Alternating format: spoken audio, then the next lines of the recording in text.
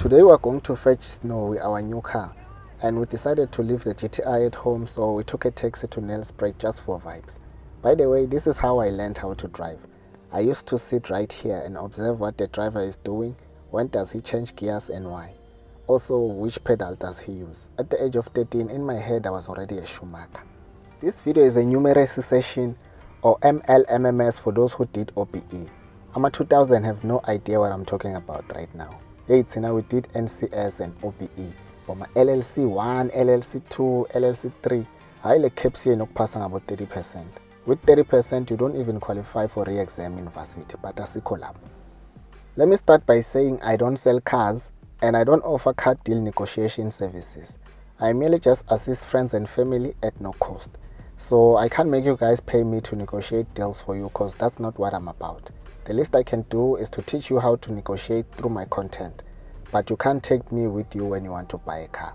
You must learn to do things yourself so that you can also teach others. Back to business. In part 2, I mentioned smash and grab and delivery fees, and some people were left confused. So let me briefly touch on that. A smash and grab is sort of a film they put on the windows. It tints the window and also makes it difficult for thugs to smash the window and grab your stuff.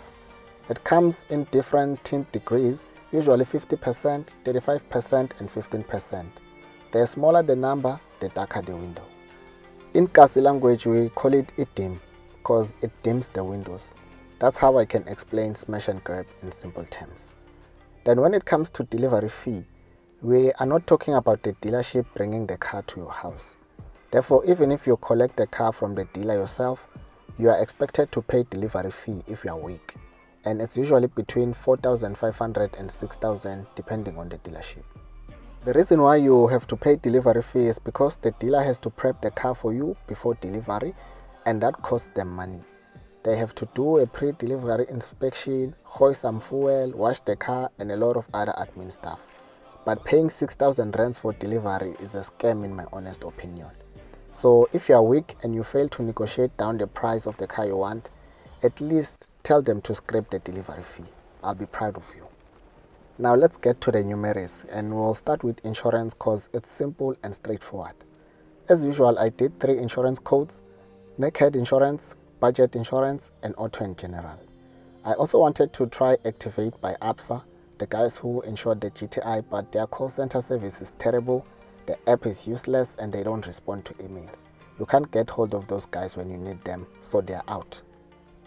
We then tried naked insurance, and they said the premium will be 1,482 with car hire, and the excess is strictly 5,000 rands, nothing more. Without car hire, the premium goes down to 1,384. For those who don't know, after we are involved in an accident, it often takes some time to get your car sorted. So if you don't add car hire and you only have one car, you'll be left with no car for weeks or months. Therefore, you must be mindful of that. I knew naked was the one, but I did 2 more calls just for vibes. Budget said the premium will be 1,610 with car hire and around 1,440 without car hire. Their excess was 7,200, but there's also additional excesses like when the car is in an accident but not driven by the person listed as the regular driver, being in an accident within 6 months after taking cover, and other silly conditions. Red card. Auto and General was also singing the same tune, so they also got a red card. We went naked because they offered a reasonable premium with reasonable conditions. Also, a lot of people don't trust naked, so I want to pave the way for everyone. If I die, I die. The interesting part is that when I list myself as the regular driver of the car, they offer a premium of around 970 because of my driving experience and insurance history.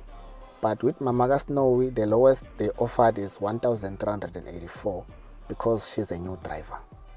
So it's very important to get a driver's license as soon as you can, even if you are not planning to buy a car, because that's gonna save you a lot of money in future. Now let's look at the other crooks, which are banks. Grandchap, buying a car is all about dealing with crooks from dealerships, insurance companies and banks.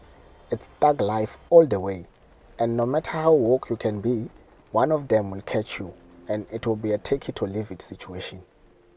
So the plan was to finance the car for 72 months with no deposit and no balloon payment, but a deposit was available for negotiation purposes. Also, the car will be paid off in under 3 years. The 72 months is just for cash flow purposes and to cater for repo rate increases since we are going with the link rate. I heard the Reserve Bank might increase the repo rate by 50 basis points this month, and that's going to affect the installment, but because the loan term is stretched to 72 months, the installment will still be within the budget. So ABSA offered a ridiculous 11 point something percent red card. Standard Bank and Nedbank at 10% red card. Then West Bank offered 9.94%. In this case, the best option was West Bank, but we didn't just take the 9.94%. I asked them nicely to drop the rate a bit, and they took it down to 9.67%. I was still not that happy with 9.67%, so I asked if they can drop the rate further if I can offer a 10% deposit. They said 9.67%. Take it or leave it.